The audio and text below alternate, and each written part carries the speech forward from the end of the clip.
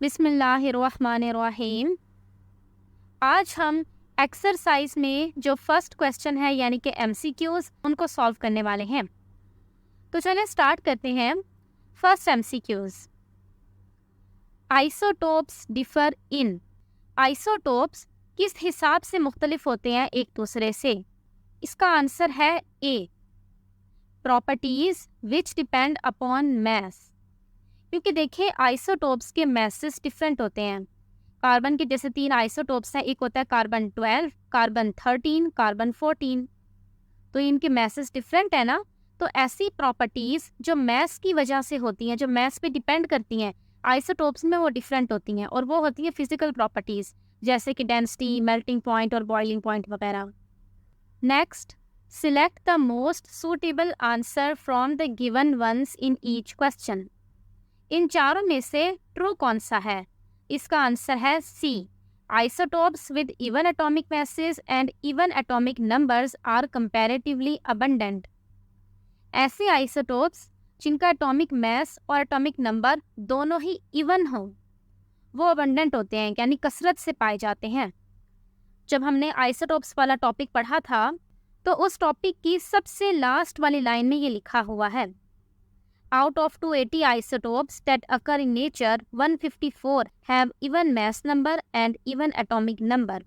280 जो आइसोटोप्स पाए जाते हैं उनमें से आधे से भी ज़्यादा 154 आइसोटोप्स जो हैं उनके मैस और एटॉमिक नंबर्स दोनों ही इवन होते हैं।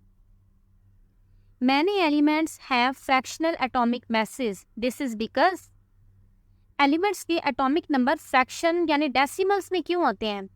पीरियोडिक टेबल में जो एटॉमिक मैसेज लिखे गए हैं उनकी वैल्यूज पॉइंट में हैं। ऐसा क्यों है? इसका आंसर है D, atomic masses are average masses of isotopes proportional to their relative abundance. क्योंकि पीरियोडिक टेबल में जो मैस वैल्यूज लिखी गई हैं ना, वो असल में सारे आइसोटोप्स को उनकी अबंडेंस के साथ जब हम मल्टीप्लाई कर लेते हैं तो उसका एवरेज है।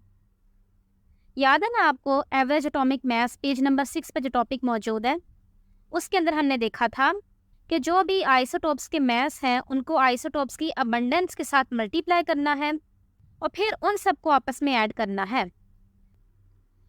Next, the mass of 1 mole of electrons is. Electron के 1 मोल का मैस कितना होता है? ये क्वेश्चन लॉजिकल है।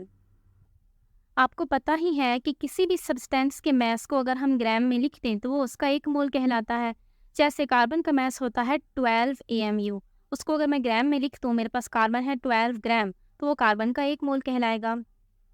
लेकिन ये बात खास सिर्फ सब्सटेंसेस के लिए ही है, यानी एटम्स, मॉलिक्यूल्स और आइंस के लिए है। इलेक्ट्रॉन ये कोई एटम, मॉलिक्यूल, आइन नहीं है, ये तो एक सब एटॉमिक पार्टिकल है। तो इसलिए हम ऐसे नहीं कह सकते कि इलेक्ट्रॉन का जो भी मैस है उसको ग्राम में लिखते हैं तो वो उसका 1 मोल कहलाएगा। जब सब्सटेंस के अलावा आपसे किसी और चीज़ का मोल पूछा जाए तो उसको आप यूँ सॉल्व करेंगे। हमारे पास अगर पार्टिकल्स हों एवोगैड्रोस नंबर के इक्वल तो हम कहते हैं कि ये 1 मोल है। ऐसा ही है ना, 1 मोल के अंदर हमेशा 6.02 × 10⁻23 पार्टिकल्स होते हैं। तो बाकी सारी चीज़ों के लिए आप ऐसे सॉल्व करें कि अगर आपके पास वो चीज़ें एवोगैड्रोस नंबर के इक्वल हैं तो फिर वो उनका 1 मोल है। तो अगर मेरे पास इलेक्ट्रॉन हो एवोगैड्रोस नंबर के इक्वल तो उसका 1 मोल बनेगा। और उन्होंने मैस पूछा है ना, तो इलेक्ट्रॉन का जो मैस होता है ग्राम में उसको मल्टीप्लाई कर देते हैं एवोगैड्रोस नंबर के साथ, तो आंसर आ जाएगा 5.48 × 10⁻⁻4 ग्राम। लेकिन उन्होंने हमें क्वेश्चन में जो ऑप्शंस दिए हुए हैं ना वो सारे मिलीग्राम में हैं, तो हम भी इस ग्राम को मिलीग्राम में कन्वर्ट कर लेते हैं। ग्राम को मिलीग्राम में कन्वर्ट करने के लिए भी 1000 से मल्टीप्लाई किया जाता है, तो ये बन जाएगा 0.548 मिलीग्राम। और इसको राउंड ऑफ कर लेते हैं तो बन जाएगा 0.5, जब आखिर में से 8 जाएगा ना तो ये 4-5 बन जाएगा, 0.55 mg। तो इसका आंसर है बी। नेक्स्ट क्वेश्चन है, 27 gram of aluminium will react completely with how much of O2 to produce Al2O3। ये सवाल मैस रिलेशनशिप वाला है। लेकिन जब आपको मैस रिलेशनशिप से रिलेटेड क्वेश्चंस दिए जाएंगे ना तो उनके अंदर आपको इक्वेशन भी दी जाएगी। यहाँ पे उन्होंने इक्वेशन नहीं दी। वो इसलिए नहीं दी क्योंकि इसकी इक्वेशन है ही बहुत आसान, बगैर इक्वेशन जाने भी ये सवाल हल हो सकता है। देखिए, जब एल्युमिनियम ऑक्सीजन के साथ रिएक्ट करता है तो उससे बनता है Al2O3 और साथ में कुछ भी और नहीं बनता।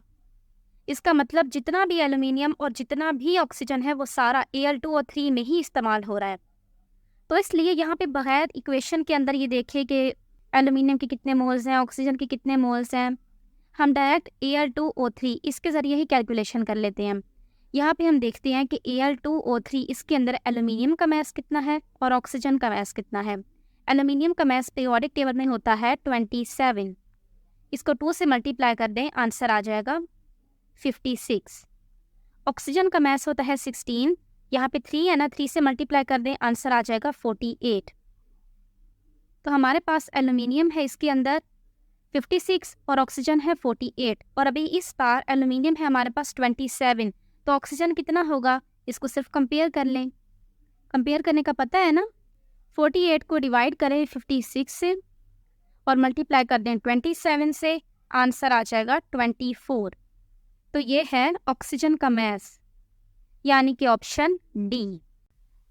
नेक्स्ट है the number of moles of CO2 that contain 8 gram of oxygen. ये क्वेश्चन भी ट्रिकी है।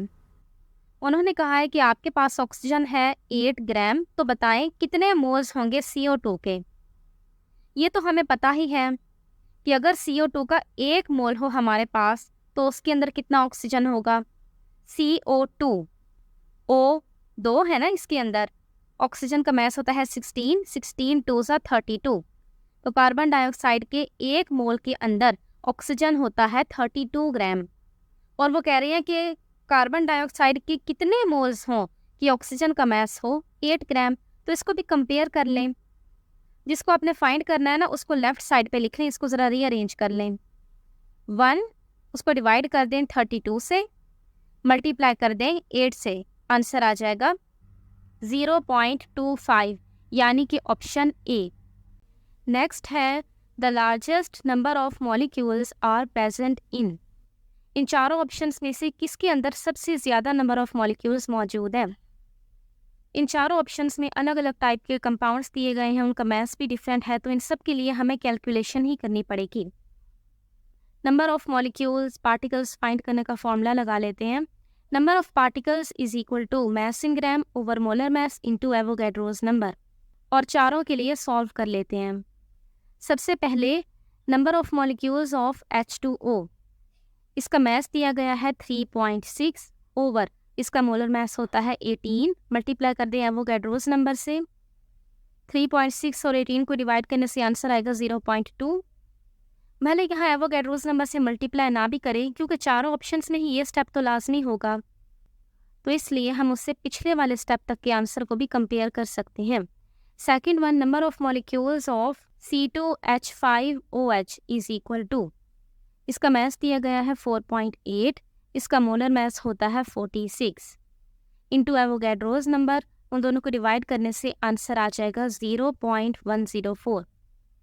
Third option, number of molecules of CO is equal to, इसका मास दिया गया है 2.8, इसका मोलर मास होता है 28, इनटू एवोगैड्रोस नंबर, डिवाइड करने से आंसर आ जाएगा 0.1। और fourth option, number of molecules of N2O5 is equal to, mass दिया गया है इसका 5.4, डिवाइडेड बाय इसका मोलर मास होता है 108, इनटू एवोगैड्रोस नंबर, इसको डिवाइड करने से आंसर आएगा 0.05। एवोगैड्रोस नंबर से मल्टीप्लाई किए बगैर ही इन चारों के ये जो मोल्स वाले आंसर आ गए हैं ना, इसको कंपेयर कर लें। लार्जेस्ट वैल्यू आई है ऑप्शन ए की 0.2, इसका मतलब सबसे ज़्यादा नंबर ऑफ मॉलिक्यूल्स भी इसी के अंदर पाए जाएंगे, तो करेक्ट आंसर है ए।